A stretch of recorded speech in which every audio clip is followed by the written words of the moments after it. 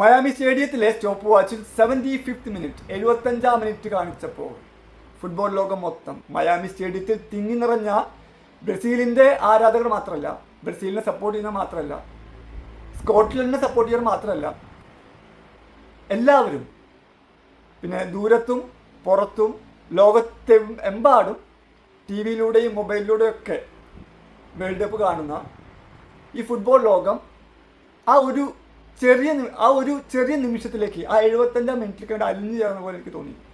അത് സുപ്രധാനമായ ഒരു സബ്സ്റ്റിറ്റ്യൂഷനായിരുന്നു.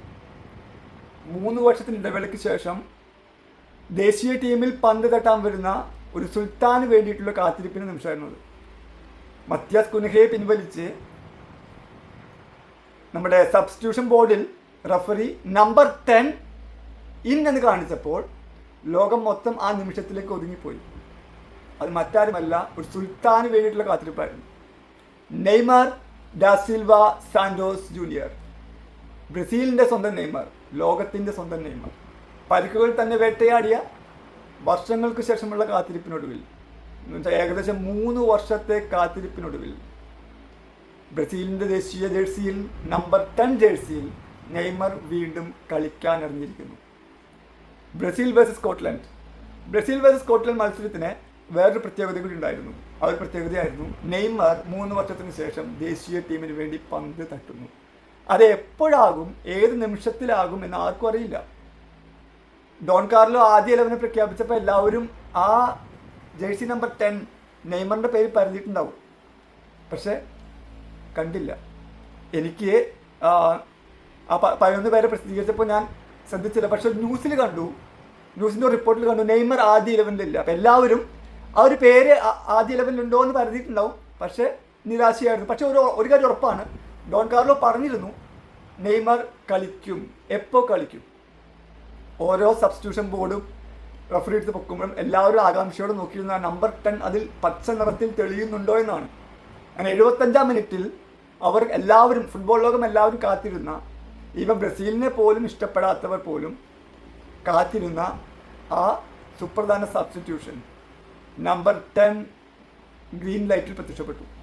അതാണ് നെയ്മർ ജൂനിയർ. മത്യാസ് കുൻഹയെ പിൻവലിച്ച് നെയ്മർ ജൂനിയർ 75ാം മിനിറ്റിൽ ഡോൺ കാർലോ കളത്തിലിറക്കുമ്പോൾ ലക്ഷ്യം ഒന്നേ ഉണ്ടായിരുന്നുള്ളൂ, 3 വർഷത്തിന് ശേഷം ഇറങ്ങുന്ന നെയ്മർ ജൂനിയർ. തുടർന്നുള്ള സമയം ആൾ കളിക്കട്ടെ. ഇത്രയും നാൾ ദേശീയ ടീമിന് വേണ്ടി കളിക്കാതിരുന്ന ഈവൻ എല്ലാവിധ കുറവുകളും ആ ഒരു 14 നിമിഷം കൊണ്ട്, അല്ലെങ്കിൽ 14-15 മിനിറ്റുകൾ കൊണ്ട് മുഴുവനായിട്ട് നികത്താൻ ആൾക്ക് പറ്റില്ലെങ്കിലും ആളൊന്ന് മൈതാനത്തേക്ക് ഇറങ്ങട്ടെ, ആളൊന്ന് പന്ത് തട്ടട്ടെ. അത് വരുന്ന റൗണ്ടുകളിൽ ബ്രസീലിൻ്റെ ഒരു മുതൽക്കൂട്ടായിട്ട് മാറും എന്ന് തന്നെയായിരിക്കണം ഡോൺ കാർലോയുടെ കണക്കൂട്ടൽ. മത്യാസ് കുൻഹ നെയ്മറെ സ്വീകരിച്ച, നെയ്മറിനെ കൈ കൊടുത്തിട്ട് പുറത്തേക്ക് പോകുന്നൊരു ഇതുണ്ട്. ഇവൻ മത്യാസ് കുൻഹ പോലും നെയ്മർ ജൂനിയർ എന്ന വ്യക്തി, എന്ന കളിക്കാരൻ ബ്രസീലിന് വേണ്ടി കളിക്കുന്ന അതിയേറെ ആഗ്രഹിച്ചിട്ടുണ്ടാവും. മത്യാസ് കുൻഹയുടെ മുഖഭാവം കണ്ടാൽ അതറിയാം. ഏതൊരു ബ്രസീലിയൻ ആരാധകർ പോലെ മത്യാസ് കുൻഹയും അത് ആഗ്രഹിച്ചിട്ടുണ്ടാവും. 3-0 കംഫർട്ടബിൾ ആയിട്ട് ബ്രസീൽ സ്കോട്ട്ലൻഡിനെ കീഴടക്കി. ആദ്യം മൊറോക്കോയ്ക്കെതിരെ കളിച്ച ഒരു ബ്രസീൽ ടീം ആയിരുന്നില്ല ഇന്നലെ സ്കോട്ട്ലൻഡിന് വേണ്ടി കളിക്കാൻ ഇറങ്ങിയത്. അവരുടെ കളിശൈലിയിലും ഒത്തിണക്കത്തിലും എല്ലാം അത് പ്രകടമായിരുന്നു. അത് even goal keeper Alison Baker മുതൽ നെയ്മർ ജൂനിയർ വരെയുള്ള ആ മുഴുവൻ ഒരൊറ്റ നൂലിൽ കെട്ടിയിട്ട പോലെ ഒത്തിണക്കത്തോടു കൂടി കളിക്കുന്ന ഒരു ടീം. ഇതാണ് ബ്രസീലിൽ നിന്ന് ഞാൻ പ്രതീക്ഷിക്കുന്നത്. ആദ്യ കളിയിൽ മൊറോക്കോയോട് കയറ്റ 1-1 സമനില മനസ്സിനെ ഹേർട്ട് ചെയ്ത് ചിലരൊന്നുമല്ല. കാരണം ബ്രസീലിൻ്റെ ഒരു കളി, ഏതൊരു ബ്രസീലിനെ ഇഷ്ടപ്പെടുന്ന, ബ്രസീലിയൻ കളി ഇഷ്ടപ്പെടുന്ന ഏതൊരു വ്യക്തിയുടെ മനസ്സിൽ ഒരു ബ്രസീലിയൻ സാമ്പാ താളത്തിലുള്ളൊരു കളിയുണ്ട്. അതെവിടെയോ നഷ്ടപ്പെട്ടു എന്നുള്ള വിഷമത്തിലൂടെയായിരുന്നു മൊറോക്കോക്കെതിരെ മത്സരം അവസാനിപ്പിച്ചത്. അത് കഴിഞ്ഞ് ഹെയ്ത്തിക്കെതിരെ അതിൻ്റെ ഒരു നിഴലാട്ടം കണ്ടു, സ്കോട്ട്ലൻഡിനെതിരെ അത് പൂർണ്ണമായും കണ്ടു. ഇങ്ങനൊരു മനസ്സ് നിറയ്ക്കുന്ന കളിയാണ് ബ്രസീൽ ഇഷ്ടപ്പെടുന്നവർ ആഗ്രഹിക്കുന്നത്. പക്ഷേ അതിൽ ഒരു കല്ലുകടി വേണമെങ്കിൽ പറയാം. 3 ഗോളേ അടിച്ചുള്ളൂ. 4-5 എണ്ണം അടിക്കായിരുന്നു, അടിച്ചില്ല. വേണമെങ്കിൽ അത് വേണമെങ്കിൽ പറയാം. ബോൾ പൊസിഷനിലും ഷോട്ട് ഓൺ ടാർഗറ്റിലും എല്ലാം ബ്രസീലിന് മുമ്പിലായിരുന്നു. സ്കോട്ട്ലൻഡ് ഒരു വിധത്തിലും ഒരു വെല്ലുവിളി ഉയർത്താൻ സാധിക്കാത്ത മത്സരമായിരുന്നു കഴിഞ്ഞു പോയത്. അവരിൽ ഒന്നും കൂടിയും ബ്രസീലിന് ചലഞ്ചിങ് ആയിട്ട് തോന്നിയത് മക്ടോമിനയുടെ ചില നീക്കങ്ങളായിരുന്നു. അത് ബ്രസീലിൻ്റെ ഡിഫൻസിലും ഗോൾ കീപ്പർ ആലിസണിലും ഒതുങ്ങി നിന്നു. അതിൻ്റെ പിന്നിലേക്ക് പോയി വളരെ ഉള്ളിലേക്ക് കയറ്റാൻ സ്കോട്ട്ലൻഡിന് സാധിച്ചിട്ടില്ല. റൗണ്ട് ഓഫ് 32 ബ്രസീൽ ക്വാളിഫൈ ചെയ്തു. റൗണ്ട് ഓഫ് 32 മിക്കവാറും ബ്രസീലിന് കിട്ടുക ജപ്പാനോ അല്ലെങ്കിൽ സ്വീഡനോ ആയിരിക്കും. ഇനിയുള്ള ദിവസങ്ങൾ നടക്കുന്ന ജപ്പാൻ സ്വീഡൻ മത്സര വിജയികളെ അല്ലെങ്കിൽ അത് നിർണ്ണയിക്കും ആർക്കെതിരെയാണ് ബ്രസീൽ കളിക്കേണ്ടതെന്ന് തീരുമാനിക്കും. ഈവൻ ഇപ്പോൾ നെതർലൻഡ് വന്നാൽ പോലും ഒന്ന് മുട്ടി നിൽക്കാമെന്നുള്ള രീതിയിലേക്ക് ബ്രസീൽ ടീം വളർന്നിട്ടുണ്ട് എന്നുള്ളത് വളരെ പോസിറ്റീവായിട്ടുള്ള കാര്യമാണ്. ഈ വേൾഡ് കപ്പ് തുടങ്ങുമ്പോൾ നമ്മുടെ സ്പെയിനിനെ പോലെയോ ഫ്രാൻസിനെ പോലെയോ ഈവൻ അർജൻറ്റീനയെ പോലെയോ വലിയൊരു ഹൈപ്പ് ഇല്ലാതെയാണ് ഡോൺ കാർലോയും പിള്ളേരും ഇറങ്ങിയിട്ടുണ്ടായിരുന്നത്. അതിൻ്റെ കൂടെ പരിക്കുകളും വെസ്ലി പരിക്കേറ്റ് പോയി, പല ആളെ എത്തിച്ചു. പിന്നെ നെയ്മർ സ്ക്വാഡിൽ എത്തി അതിന് ശേഷം പരിക്കുന്നുള്ള വാർത്ത വന്നു. അങ്ങനെ കുറേ നിരാശപ്പെടുന്ന വാർത്തകളും ആദ്യ മത്സരത്തിൽ മൊറോക്കോക്കെതിരെ കളി കണ്ടപ്പോൾ ഇല്ല, ഈ ടീം പോണോടത്തോളം ദൂരം പോട്ടെ, പക്ഷേ പ്രതീക്ഷിക്കാൻ അതിൻ്റെ അപ്പുറത്തേക്ക് ഇല്ല എന്ന് വെച്ചിരുന്ന ഈ ടീം സ്കോട്ട്ലൻഡിനെതിരെയുള്ള കളിക്ക് ശേഷം ഈ ടീമിന് എന്തും സാധിക്കും, ഒത്തിണക്കത്തോട് കൂടി കളിച്ചാൽ എന്തും സാധിക്കും എന്നുള്ള കളി കാണിച്ചു. പ്രധാനപ്പെട്ട എടുത്തു പറയേണ്ട താരം നമ്മുടെ റയൽ മാഡ്രിഡിൻ്റെ ചങ്ങാതി. ഓൾറെഡി ആ ചങ്ങാതിക്ക് ഇപ്പം 3 കളി കളിച്ചു, 3 കളിയും മാൻ ഓഫ് ദി മാച്ചാണ്. വിനീഷ്യസ് ജൂനിയർ 3 കളിയിലും man of the match.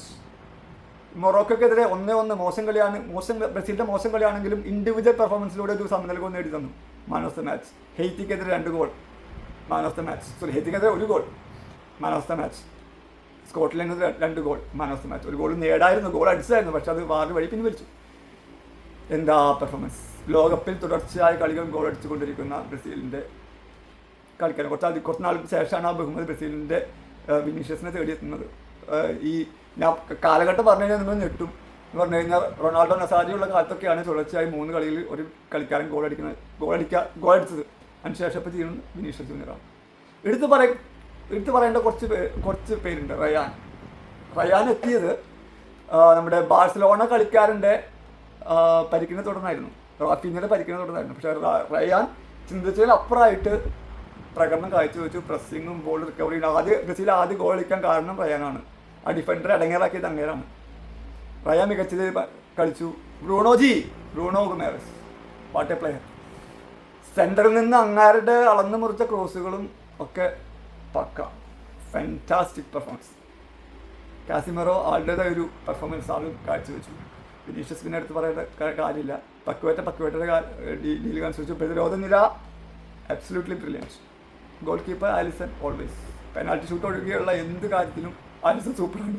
Penalty shootout മാത്രം ഒന്നുകൂടി ബെറ്റർ ആവേണ്ടത് എനിക്ക് തോന്നുന്നു. കഴിഞ്ഞ ദിവസം ക്രൊയേഷ്യക്കെതിരെ കണ്ടതാണ്, കഴിഞ്ഞ ദിവസം വേൾഡ് കപ്പിൽ. എനിവേ സാറ്റിസ്ഫൈഡ് ആയിട്ടുള്ള പെർഫോമൻസ് ആണ്. ഇതേ പെർഫോമൻസ് തന്നെ റൗണ്ട് ഓഫ് 32 കാണിക്കട്ടെ. എന്തായാലും നെയ്മർ പന്ത് കെട്ടിയിട്ടുണ്ട്. നെയ്മർ ഇറങ്ങിയിട്ടുള്ള ആ കൂടി 14-15 മിനിറ്റ് നേരം ആൾ 2-3 ചാൻസ് ക്രിയേറ്റ് ചെയ്ത് കൊടുത്തിട്ടുണ്ട്. ആൾക്ക് ചെയ്യാൻ പറ്റുന്ന ആൾ ചെയ്തിട്ടുണ്ട്. ഇനി വരും മത്സരങ്ങളിൽ ആൾ ഇനിയിപ്പോൾ ഫെസ്റ്റിവലിൽ ഇറങ്ങുമോ അതോ കുറച്ച് നേരത്തെ ഇറങ്ങുമോ എന്നുള്ള കാര്യം അറിയില്ല. എനിവേ ആളുടെ പ്രസൻസ് വന്നിട്ടുണ്ട്. World cup കളറാവുന്നു.